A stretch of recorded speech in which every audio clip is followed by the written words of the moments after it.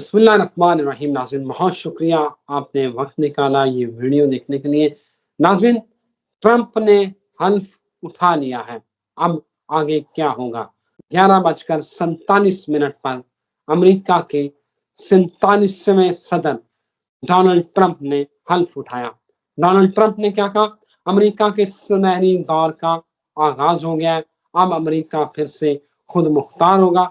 America पहले से मजबूत और अजीम और आजाद मुल्क बनेगा।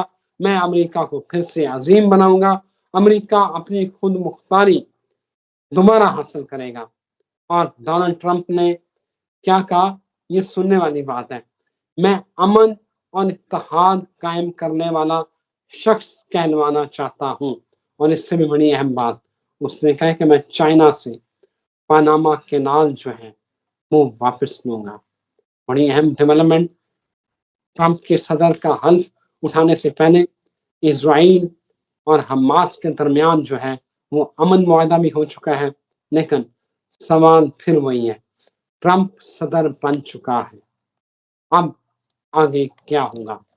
यही सवाल, इसकी खोज लगाते हैं, इसका जवाब जानते हैं पाकिस्तान के मायाराज एस्ट्रोलॉजर, दुनिया भर में देखे जाने वाले astrologer Mohammad Usama Ali, religious scholar, business consultant और एक मायाराज एनालिस्ट। उसामा साहब, ट्रंप ने हल्फ ले लिया है, उठा लिया है, आगे क्या होना है ये आप बताएंगे। जी बहुत शुक्रिया आपका। बिस्मिल्लाहिर्रहमानिर्रहीम, अल्हम्दुलिल्लाहि रब्बिल आलमीन, अल्लाहुम्मा सल्ली अला मुहम्मद व आले मुहम्मद। देखिए, ट्रम्प भी कोई आसमानी मखलूक नहीं है।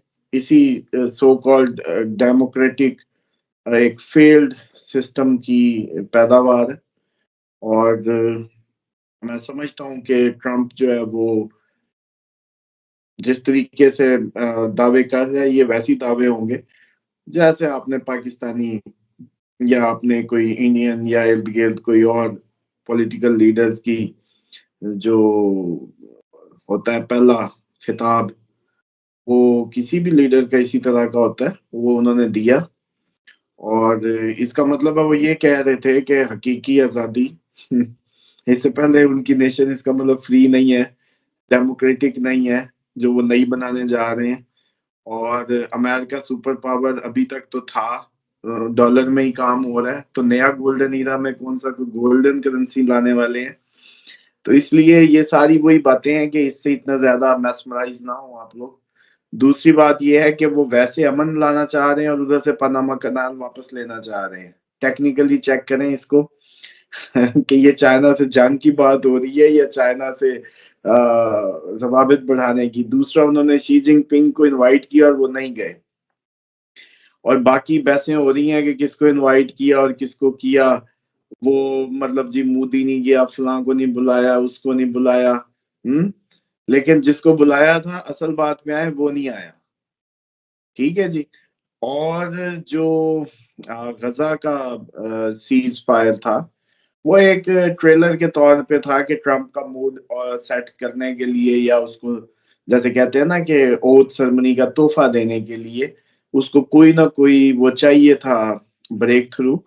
लेकिन देखें, वो 3 जो खवातीन रिलीज हुई हैं, उनको कैश कराया गया ओथ सेरेमनी में कि जी यरगमालियों की वो जो सीज फायर और यरगमालियों की वापसी। तो उसमें 3 खवातीन का जिक्र हुआ। उनके एक रबी ने किया जो जीविश रबी थे। ये बड़ा, मैं वैसे इसको ऑब्जर्व कर रहा था कि आप लोग वैसे कलर रेस और सारी बातें कर रहे हैं, तो आपने क्रिश्चियन वो पादरी भी बुलाया, रबी भी था, तो मुस्लिम भी होना चाहिए था टेक्निकली। तो जब आप इतनी डाइवर्सिटी की बात कर रहे हैं। दूसरी बात ये है कि ये जो फलस्तीन और ये जो सीज फायर है, ये आपको पता है ये आर्जी है।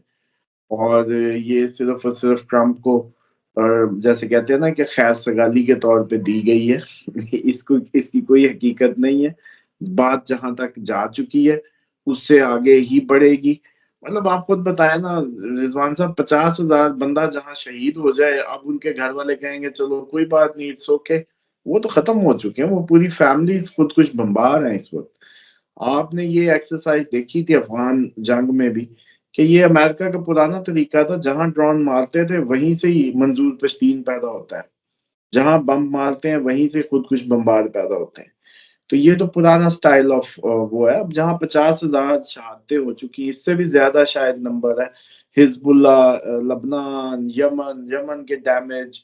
तो ये डैमेज जब एक खास हद से ज्यादा हो जाता है ना, तो उस पे फिर ये सोच लेना कि जी ठीक हो जाएगा, कुछ नॉर्मलाइज हो जाएगा, ऐसा कुछ नहीं होने लगा। डैमेज की मिकदार पे डिपेंड कर रहा होता है। शाम में देखें क्या कुछ नहीं हुआ, लबनान में क्या कुछ नहीं हुआ, तो ये सारी कहने की बातें। ट्रंप, मैंने कहा था कि कहेगा सही, बल्कि ये भी 2023 की कोई वीडियो जाके निकाले ना तो मजा आ जाए, जिसमें मैंने कहा था ट्रंप इलेक्शन लड़ेगा जंगों पे, बंद करने पे। और अब जब उसकी विन की भी हमने प्रेडिक्शन दी थी, ओके, लेकिन आपको ये भी बता दूं कि जंगें वो नहीं बंद कर पाएगा, उल्टा ट्रिगर कर देगा। और उसका एटीट्यूड देखें, उसने आते ही हाथ किस पे रखा है, अपने पूरे मुल्क की इलीगल गैंग से लेके क्रिमिनल ऑर्गेनाइजेशन से लेके उनको अनाउंस कर रहा है, उन पे हाथ रखा है। सीधी फौज लगाई है मैक्सिकन बॉर्डर पे, सीधी सीधा इलीगल इमिग्रेंट और उस पे हाथ रखा है।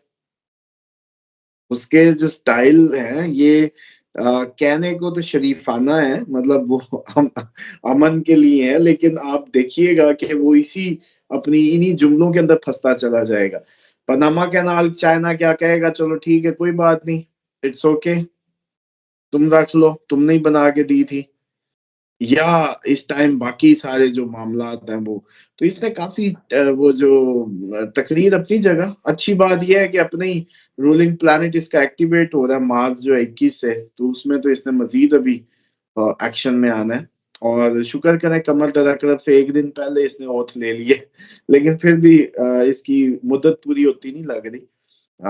मुझे जो इसका महादिशा या अंतरदिशा से, अब हमने ही इलेक्शन की भी तो प्रेडिक्शन हमने ही की थी कि बन जाएगा, तो अब पूरा ना करे टर्म ऐसा हो सकता है। बेशक इसने कमर दर अकरम में ओथ नहीं लिया, लेकिन इसके चांसेस जरूर हैं। और टेक्निकली जो ये एक मिसाल है, मैं समझता हूँ, बल्कि उसकी के ये जो समझ लें कि इसका जो टाइम होगा उसमें अमेरिका बिल्कुल अपनी कोई बेहतरी की तरफ नहीं जाने लगा। अमेरिका को जो सब फेस करना है वो मकाफात का टाइम है, और मकाफात एक्टिवेट हो रहा है। सैटर्न आखिरी चक्कर पूरा करेगा। मिसाल के तौर पे सैटर्न 12वें घर में जाने वाला मार्च में, तो मार्च में 12वें घर में पाइसिस में, यानी कि वो अपना पूरा साइकिल पूरा करेगा, अब 2.5 साल उधर बैठेगा। तो पाइसिस आखिरी घर है, एंड है कहानी का। तो यूं समझें कि मकाफात अपनी उसमें जाएगा, और हो सकता है अमेरिका को जो एटम बम है या कुछ भी वापस सहना पड़ सकता है इस ड्यूरेशन में, बल्कि ट्रम्प के। और ये वही होगा जो जापानियों पे मारा गया था, सिंपल इज दैट। और जो दुनिया में जितने भी कांड किए हैं वो भी सारे के सारे इनको फेस करने हैं या वापस करने हैं। और इतने माशाल्लाह अजीम नेशन अमेरिकन, उसने अपने आप को कहा कि हम अमेरिकन बड़ा racism in a sense of American American छलक रहा था। ठीक है, उस मुल्क के लोगों के लिए वो होगा, लेकिन उसने अमेरिका की जो बाकी मुल्कों में मुदाखलत और आज तक उधर डेमोक्रेसीज नहीं होने दी, या अपनी वॉर गेम्स और बाकी सारी, डेफिनेटली एक अच्छा लीडर वही होगा जो सच बोलेगा आके, और अमेरिका की वो सारी हरकतों को भी वो वापस करता, कि जिसके तहत वो पूरी दुनिया में अपनी एक रिट बनाने की खातिर हुकूमतों को गिराते और बनाते हैं। बताना चाहिए था कि यूक्रेन को हमने एमी नेटो का पापा दे के, और उसके चक्कर में उसके कितने लोग मरवा दिए, और एट द एंड उसको कर्जई कर दिया। बल्कि पूरे यूरोप ने अपना असला बेच दिया जो वैसे नहीं बिकना था। फ्रांस ने अपना बेचा, अच्छा वो सारा असला दे के कर्जई यूक्रेन हो गया, पूरी कौम कर्जई हो गई। क्यों? क्योंकि उन्होंने नेटो में आना था, और फिर उनको तहफ़्फ़ुज़ की यकीन दहानी होनी थी, और वो जनाब उनका चूरा करा दिया, अब नेटो में ले लो भाई। अब कई इलाके उसके कब्जे में चले गए, अब नेटो में ले लो। तो यही साजिश होती है, यही स्ट्रैट्स होते हैं। मुझे ये लगता है कि ये जितनी भी कहानी है, मार्च तबाहकुन होगा ही होगा। मार्च अप्रैल में तौबा तौबा होनी है। अमेरिका के लिए मजीद जो ये चांद गिरन आ रहा है, ये फिर अमेरिका पे लग रहा है 14 मार्च का 14 मार्च का चांद गिरन जो है, वैसे तो खैर अवाम के लिए, पूरी दुनिया की अवाम को लगेगा क्योंकि मुकम्मल है, और उसी के नतीजे में 29 मार्च होगा। देखिए कैसा टेक्निकल है इस दफा। 14 को लग रहा है चांद गिरन, जो अवाम को लगता है। सन हम कहते हैं, सूरज गिरन हुकूमतों के लिए होता है। तो पहले अवाम को लगेगा, अवाम के नसीब के नतीजे में 29 मार्च को सैटर्न राहु कंजंक्शन भी होगा, सारे सितारों का एक झमघट्टा एक ही जगह बनेगा, साथ सूरज गिरन भी लगेगा। तो ये कोई इतना इजी नहीं है जिस तरीके से लोग एग्जैजुरेट कर रहे हैं। हाँ, बाकी दूसरी बात रहेगी कि ट्रंप के पाकिस्तानियों ने पहली दफा ट्रंप को देखा होगा इतनी खातिर खा तादाद में कि शायद वो इमरान खान का जिक्र करते और कहते कि वेयर इज माय फ्रेंड, आज आया नहीं उसमें। लेकिन ये आपको याद होगा, मैंने पहले ही बताया था कि ट्रंप की ये जो सारी आप लोगों को लग रही है, उसको अपने बड़े वक्त पड़े होंगे इस दफा, और बहुत मुश्किल है। और ये एब्सोल्युटली नॉट इस दफा कह ना दें कहीं, ये भी हो सकता है ट्रंप की उसमें, और उसको ब्लैकमेल करें या जो भी है। लेकिन अच्छा खासा ट्रंप को समझें, ट्रंप एक टकराव का पर्सन है, सुलह कराने जाए, लड़ने लग जाए, ऐसा बंदा है। तो इसलिए पाकिस्तानी कोई उसमें मुझे लगता है कि एब्सोल्युटली नॉट इस दफा ना ट्रंप को कह दें, और फिर हमारी मजीद मतलब जैसे कहते हैं मामला और खराब के खराब हो। तो 21 से आपको याद होगा मैंने कहा था जब माहौल में ठंड पड़ी हुई है, इसमें आप गर्मी देखेंगे। लेकिन ये लोग समझ रहे थे वो ट्रंप की ओथ सेरेमनी है। नहीं भाई, वो मार्स अभी गूगल कर लें, जमनाई में गया, और इस वजह से हम कह रहे थे। उसामा साहब, सवाल ये है कि आपकी बात बिल्कुल दुरुस्त है कि ट्रंप से इतनी ज़्यादा उम्मीद लगाना, वो आपने पहले भी कहा था कि ये ना लगाएं। जॉन कर्मी जो हैं, उन्होंने भी कहा कि पाकिस्तान जो है अमेरिका का टेक्निकल इत्तेहादी नहीं है, और अभी जो अमेरिकन एक्सपर्ट्स हैं, वो भी ये कह रहे थे कि यार पाकिस्तान जो है फिलहाल ट्रंप की किसी प्रायोरिटी लिस्ट में नहीं है। तो मेरा ख्याल है कि क्या लग रहा है इमरान खान के हवाले से क्या तवक्कुआत रखनी चाहिए? नहीं देखें, ऐसी बात नहीं है। ये जो जितनी बातें कर रहे हैं प्रायोरिटी लिस्ट में है या नहीं है, साथ ही उसने ये भी तो कहा है कि अफगान तालिबान से असला जो छोड़ा था वापस लाएंगे। आज बेशक नहीं कहा, लेकिन कुछ दिनों में पहले उसने ये अर्ज की है कहीं किसी उसमें कि असला वापस लाएंगे अफगानिस्तान जो हम छोड़ आए थे। तो डेफिनेटली अगर अफगानिस्तान का ये जो उसका मुंह का जुमला है, इसको पूरा कराने के लिए उसको पाकिस्तानी जो जाहिर बात है एस्टेब्लिशमेंट है वो चाहिए अपना गोल अचीव करने के लिए। तो टेक्निकली ये भी हो सकता है कि फिर वो कह भी सकता है कि इमरान खान ज्यादा मुझे उस पर एतमाद है, ले आओ भाई उसको, और मामलात कोई करते हैं।